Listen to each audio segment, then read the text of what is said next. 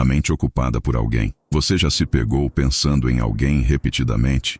Como se essa pessoa tivesse se alojado na sua mente sem permissão. Talvez seja um ex, um crush, alguém com quem você quase não falou, mas que insiste em voltar aos seus pensamentos nos momentos mais aleatórios, no banho, no trabalho, ao tentar dormir. É como se houvesse uma presença silenciosa, ocupando um espaço interno que você nem sabia que existia. E por mais que você tente racionalizar, é só carência, isso vai passar. O pensamento volta, insistente, como uma maré puxando você de volta para o mesmo ponto. Mas, e se isso não for só uma coincidência? Carl Jung acreditava que quando alguém passa a viver de graça na sua mente, isso não é por acaso. Esse fenômeno pode ser uma das mensagens mais importantes do seu inconsciente. Não, você não está obcecado por alguém apenas porque quer estar com essa pessoa. Você pode estar tentando, inconscientemente, se reconectar com uma parte esquecida de si mesmo. Pense comigo, e se aquela pessoa não for o verdadeiro foco da sua obsessão, mas sim o espelho de algo dentro de você que pede atenção? Neste vídeo,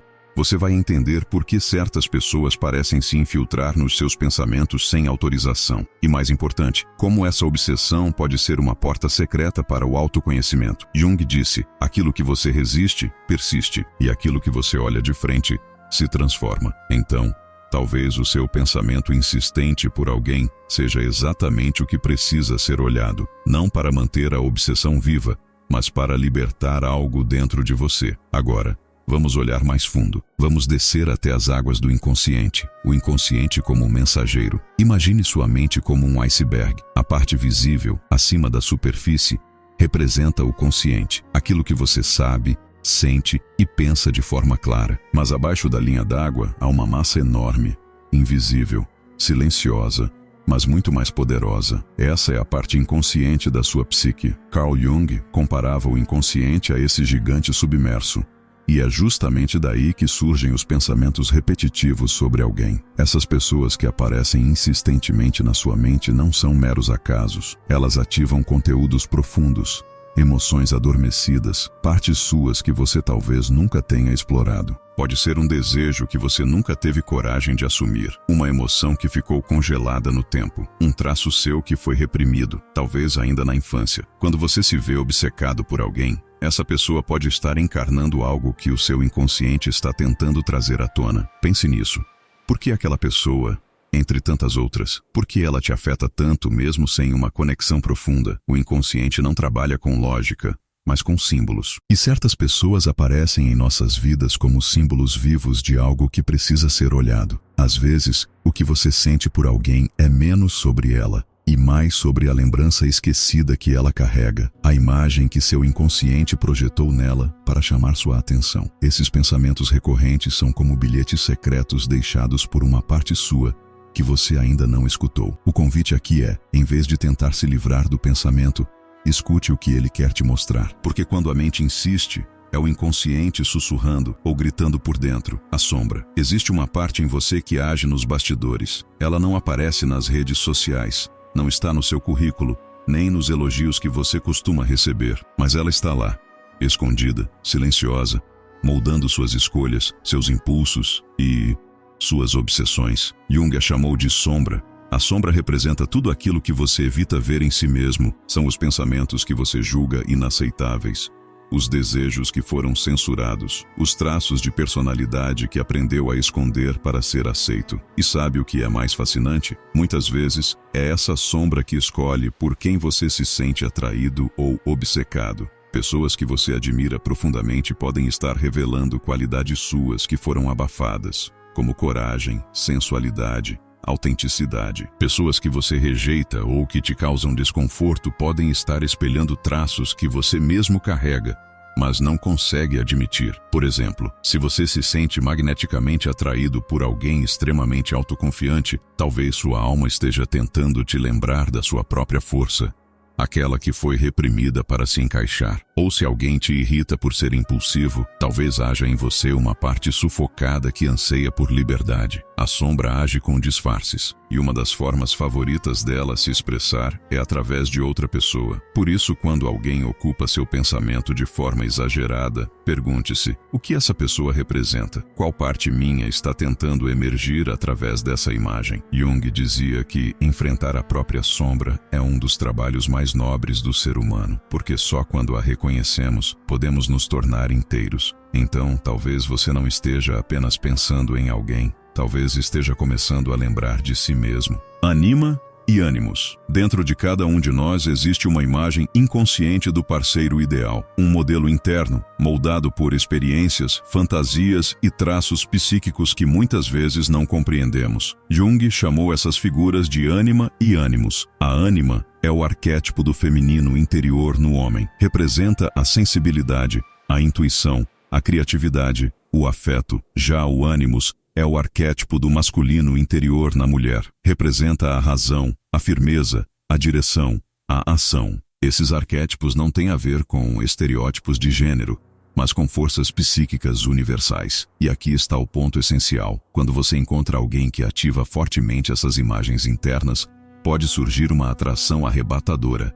Muitas vezes, sem explicação racional. Você não se apaixona pela pessoa em si, mas pela projeção do seu próprio arquétipo nela. Ela parece misteriosamente perfeita, como se completasse um pedaço seu, como se fosse a pessoa certa. Mas na verdade, o que você está vendo é o reflexo de algo seu que deseja ser integrado. É por isso que idealizamos, por isso colocamos o outro num pedestal, porque ele encarna, mesmo sem saber, aquilo que o nosso inconsciente valoriza e busca. E essa idealização pode ser perigosa, porque você começa a se relacionar com a imagem, não com a realidade. Você não vê quem a pessoa realmente é, mas o que ela simboliza para você. Quantas vezes você já se encantou por alguém que, no fundo, mal conhecia? Quantas vezes criou histórias inteiras na sua mente, baseadas em um gesto, um olhar, uma conexão fugaz? O arquétipo age como um espelho encantado, mas mais do que confundir, ele também revela. A atração intensa pode ser um convite para conhecer e integrar as qualidades do seu próprio ânima,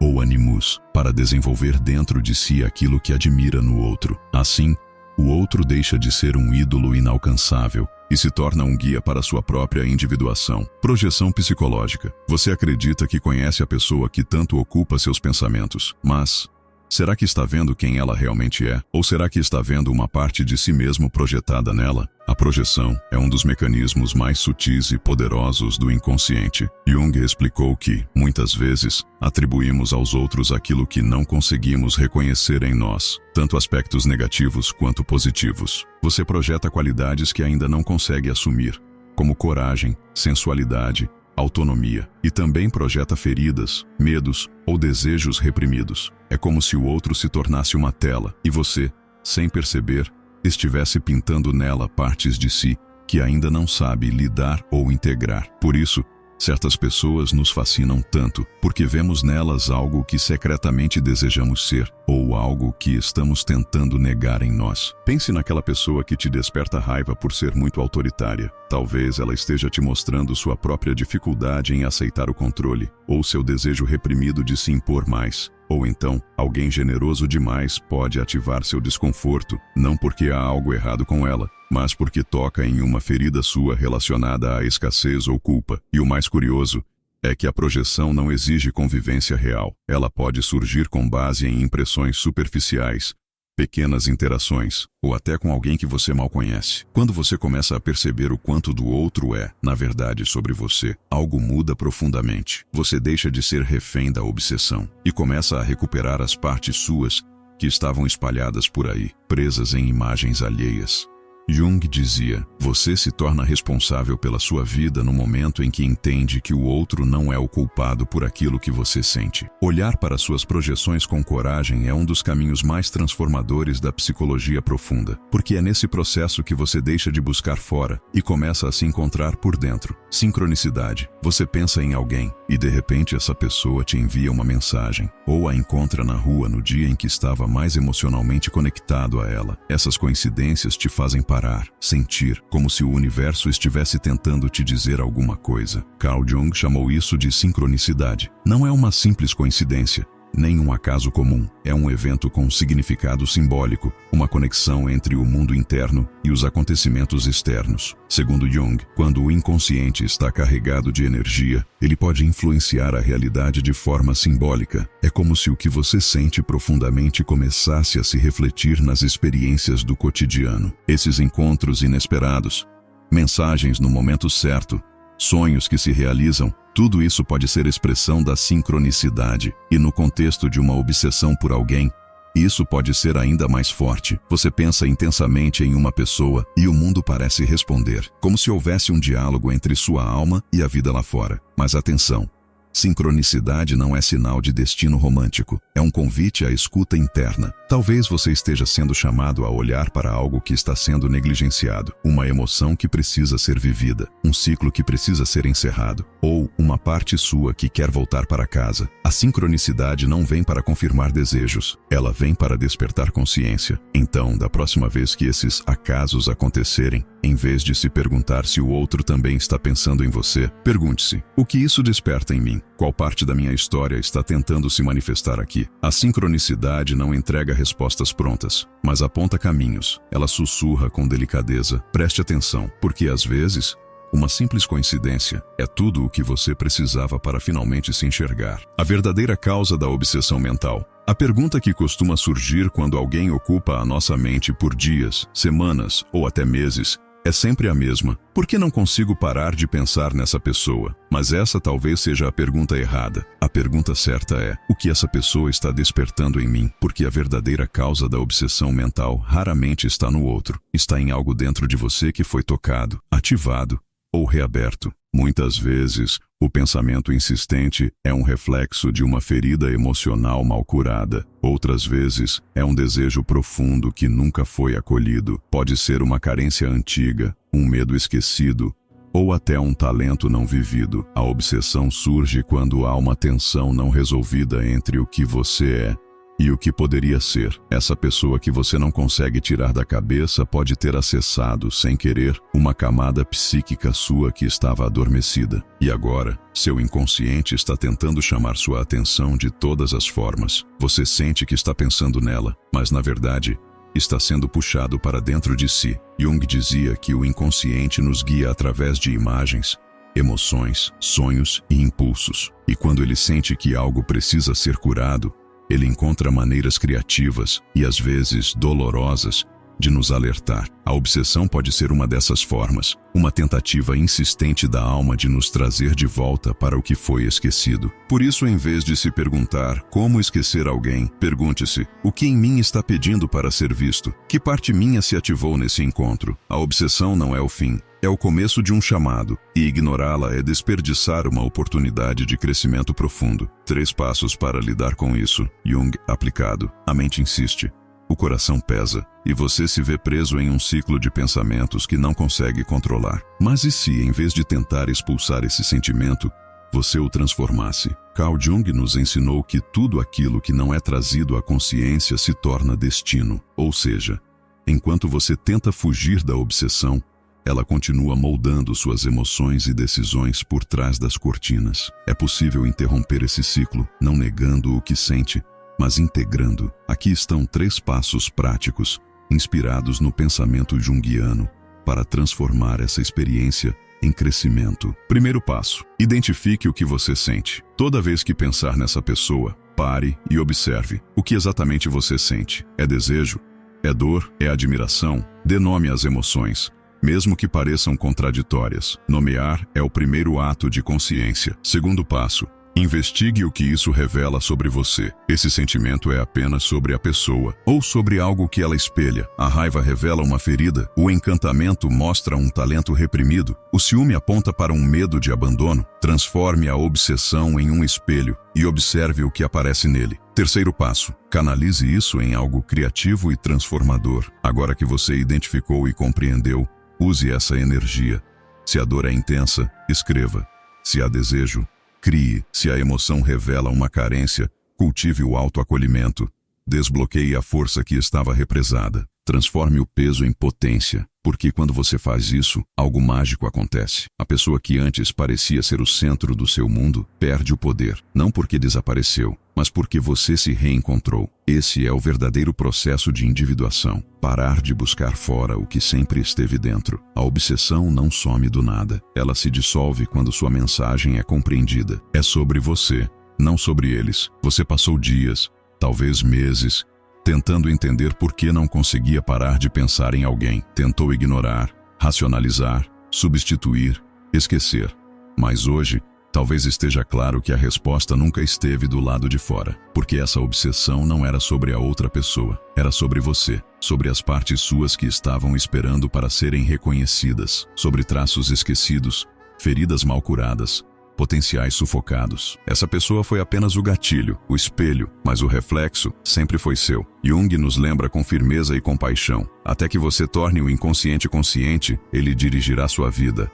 E você o chamará de destino. Então, o que parecia uma prisão mental era, na verdade, um convite à liberdade interior. Você não precisa mais ser dominado por pensamentos que giram em círculos. Pode transformá-los em pontos de partida para descobrir quem você é de verdade. Aquelas pessoas que parecem viver de graça na sua mente, talvez tenham vindo como mensageiras da sua própria alma. A partir de agora, ao sentir que alguém ocupa espaço demais dentro de você, pergunte: o que essa presença veio revelar? O que dentro de mim precisa ser olhado? E mais importante, o que posso fazer com essa informação para me tornar mais inteiro? O processo de individuação, esse caminho de tornar-se quem se é, passa exatamente por momentos assim, dolorosos, intensos, mas profundamente reveladores. A obsessão se dissolve quando a consciência floresce, e o que antes era dor se transforma em direção. O outro deixa de ser o centro, e você volta para casa, em si. Encerramento. Quando o pensamento vira portal. Agora que você chegou até aqui,